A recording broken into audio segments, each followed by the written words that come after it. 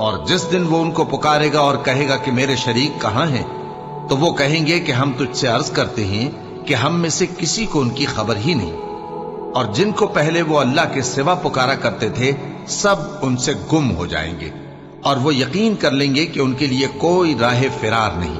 انسان بھلائی کی دعائیں کرتا کرتا تو تھکتا نہیں، اور اگر اس کو تکلیف پہنچ جاتی ہے تو نا امید ہو جاتا ہے، آس توڑ بیٹھتا ہے، اور اگر تکلیف پہنچنے کے بعد ہم اس کو اپنی رحمت کا مزہ چکھاتے ہیں تو کہتا ہے کہ یہ تو میرا حق تھا،